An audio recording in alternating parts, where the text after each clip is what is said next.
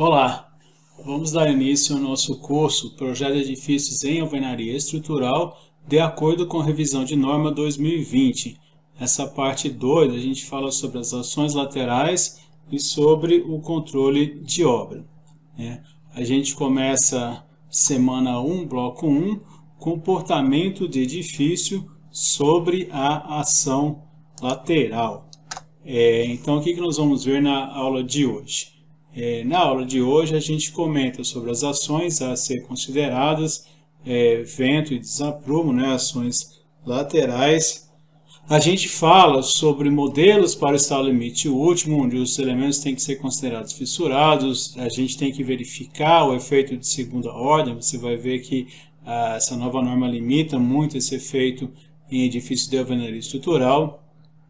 Falamos sobre o estado limite de serviço, os limites de deslocamento, como é esse modelo.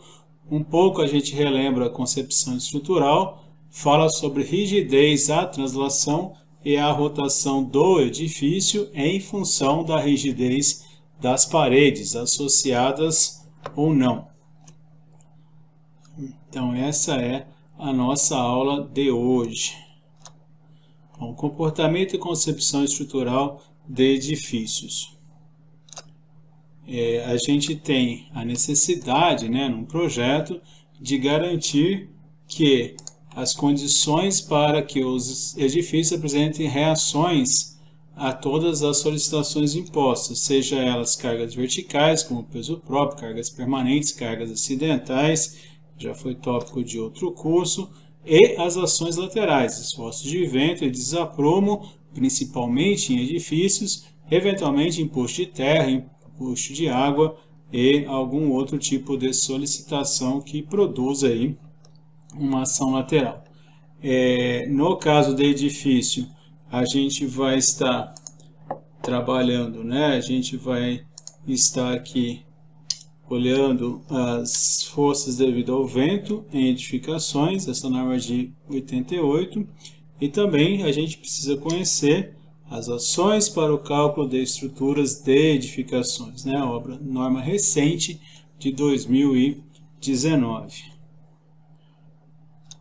Parte das ações. Então, como garantir estabilidade? Para as cargas verticais, já é conhecido, A gente tem que garantir que, de alguma forma, essas cargas aqui impostas a cada andar, elas se distribuam até chegar na fundação. No caso de edifícios em concreto, vai sair da viga para o pilar, antes veio da laje para a viga, e do pilar vai para a fundação.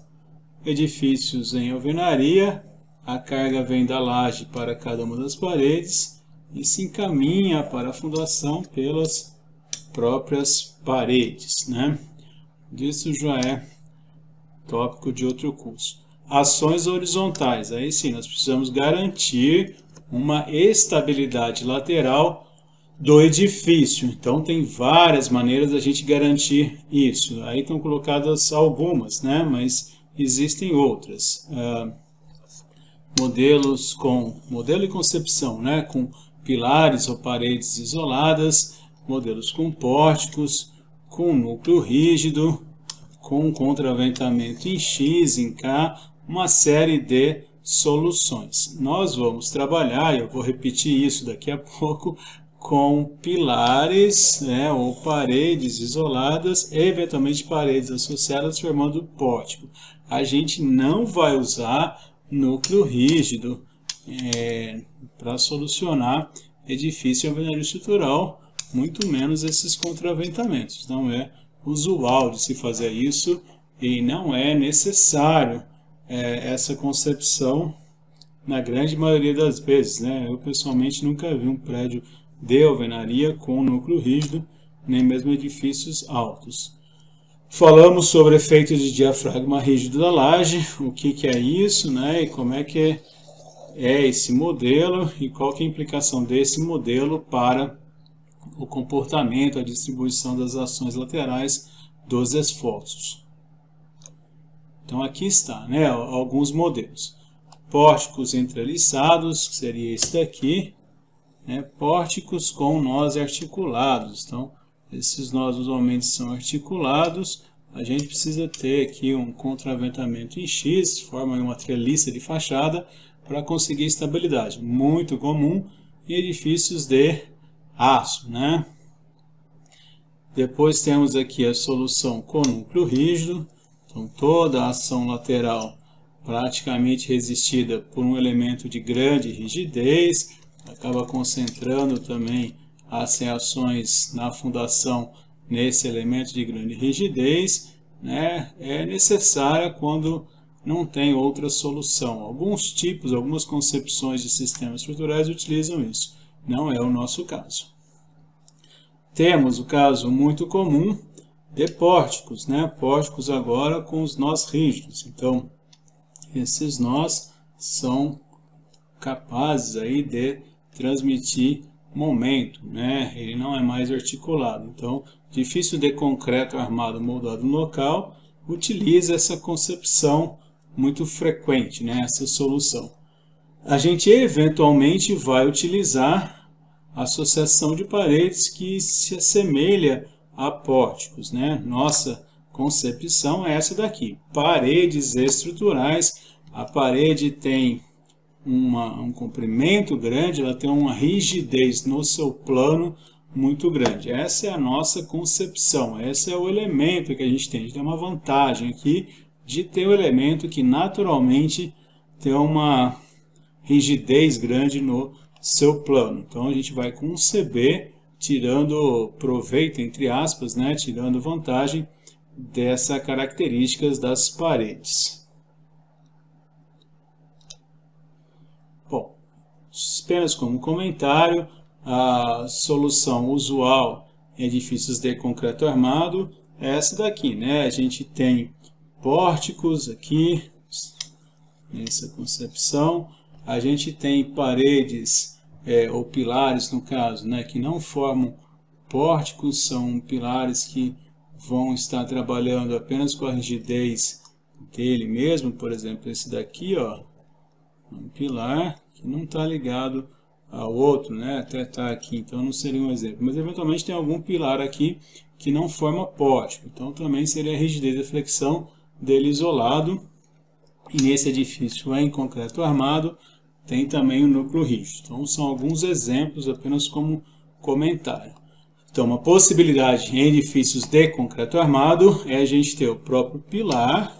O pilar vai estar lá engastado na fundação e ele vai ser um elemento aqui de rigidez, né? A própria flexão dele me permite aqui estabilidade lateral, a rigidez da flexão dele.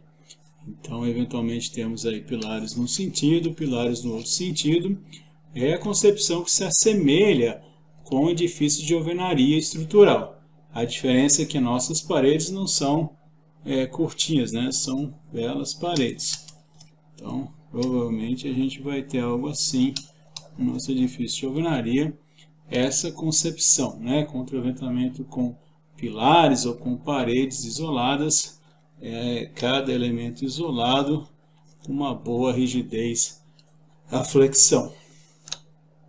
Eventualmente a gente tem uma ligação entre esses elementos, né, entre os pilares e entre as paredes. Então, aqui no caso, a gente tem os pilares e tem as vigas unindo. Então, eles formam pórticos.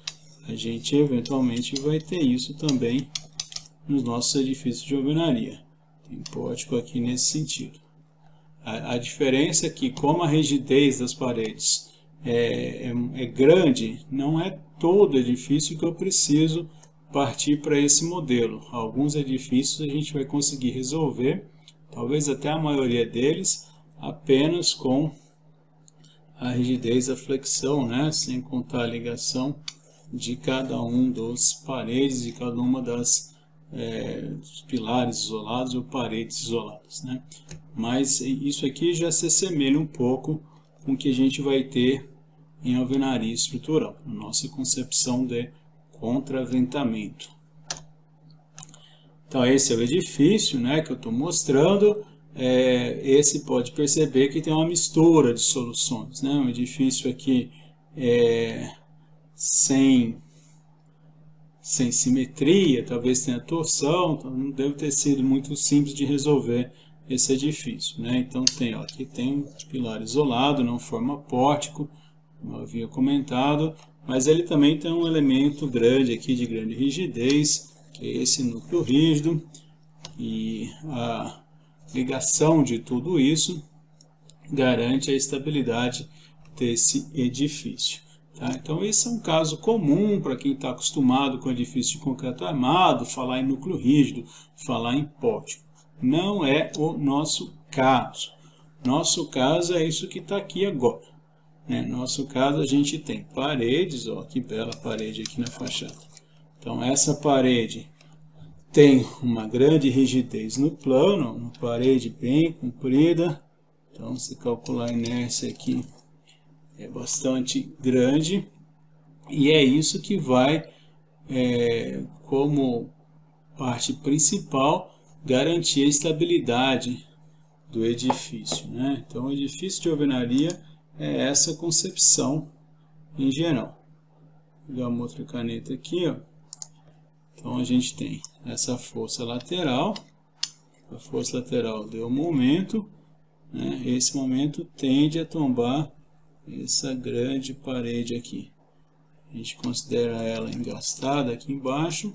Ao final a gente vai ter uma distribuição de tensão, tração de um lado, compressão de outro, mas no plano da parede, para resistir a esse tombamento, a esse momento.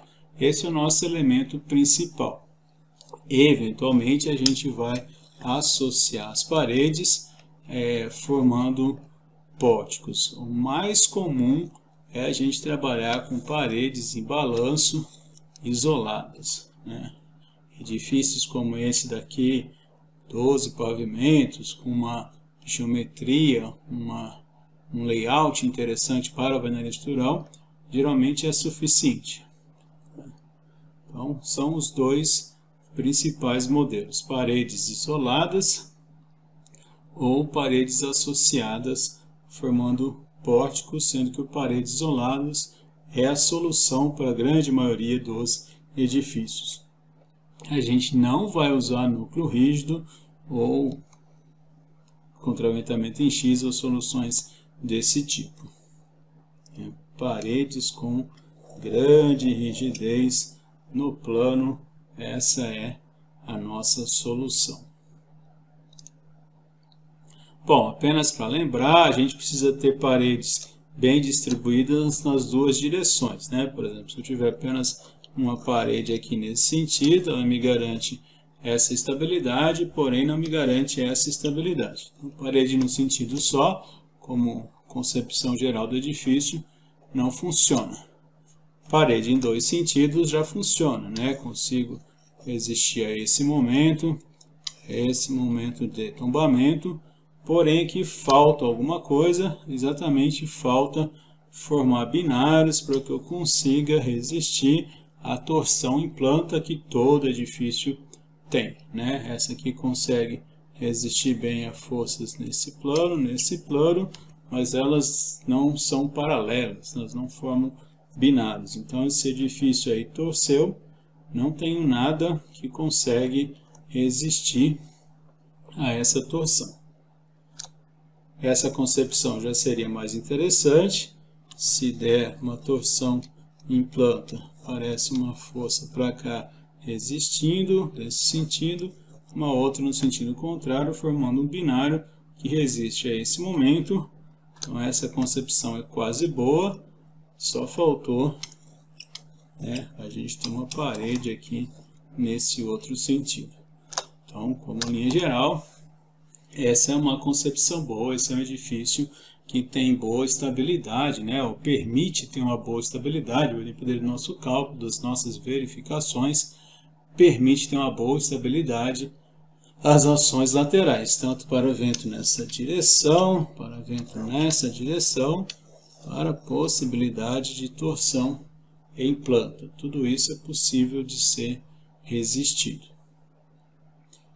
Então, uma concepção desse tipo, percebam que para esse vento, vamos chamar aqui de vento a direção Y, nesse vento eu tenho várias paredes que têm comprimento, ou seja, tem seu plano na direção do vento Y. Então, tem paredes com grande rigidez. Olha que paredona bonita aqui, ó. Uma bela parede com grande rigidez. Para essa força aqui no plano, tenho várias paredes aqui para o vento nessa direção. Cada uma delas, né, resistindo ao momento, à ação no próprio plano. Se eu tiver vento na outra direção, tenho menos paredes, mas tenho várias, né, com rigidez menor, são paredes menores, mas a sequência de várias paredes me garante aí uma estabilidade também nessa direção X, né? Teria que distribuir essa força entre essas várias paredes. A gente vai ver na sequência que a gente consegue levar em conta aqui um pedaço da aba em paredes que estão amarradas, né? Mas conceitualmente essas são as de contraventamento para essa direção. Se eu tiver torção, e eu sempre tenho torção, a gente vai ter aí uma boa quantidade de paredes de contraventamento, né? De pares de parede de contraventamento. Eu tenho essa parede, uma boa rigidez, ou seja, a força nela é grande, permite uma força grande, formando binário com essa. Então, só essa aqui já me garantia um belo binário, porque ambas estão bem afastadas aqui do centro de torção, que nesse edifício simétrico estaria bem no meio. Então, essa distância toda me garantiria um belo braço de alavanca. Fora dela, tenho outras ainda, né? Fácil de observar. Essas aqui, com essas daqui, depois as do meio. Então, um edifício aí, muito bem comportado, vento X, vento Y, possibilidade de torção, tudo isso, uma boa possibilidade aí, com vários elementos de boa rigidez para todos esses ações que não vão nos levar a esforços. Um edifício interessante. Então é isso, né? Edifícios em alvenaria estrutural, a gente tem paredes de contraventamento, né? Paredes que têm rigidez no seu plano. Nós podemos ter como soluções mais comuns paredes isoladas, pilares em balanço, né? Cada parede é como se fosse um pilar isolado, engastado na sua fundação, no pilotis, ou eventualmente associadas, formando pórticos. Existem outros modelos mais completos e mais complexos, vou comentar hoje apenas, depois a gente pode até comentar melhor, biela e tirante, onde possível da gente fazer, o modelo de toda a área no plano da parede, isso pode ser microtrelice, elementos finitos, esses modelos são possíveis. Usualmente são mais complexos, tanto de realizar o modelo, quanto para interpretar o resultado, né? Por exemplo, biela tirante, a concepção do modelo depende muito do projetista, teria que cercar aí várias possibilidades. É possível, mas precisa tomar muito cuidado. Não é usual a gente usar esses modelos. Então, modelos usuais. Modelo usual aqui, modelo de parede isolada. Então, o que seria o modelo de parede isolada? A gente tem aqui uma ação lateral, uma força lateral. Essa força lateral vai nos dar, vai ser distribuída aí pelas paredes de contraventamento. Então, a gente tem laje aqui,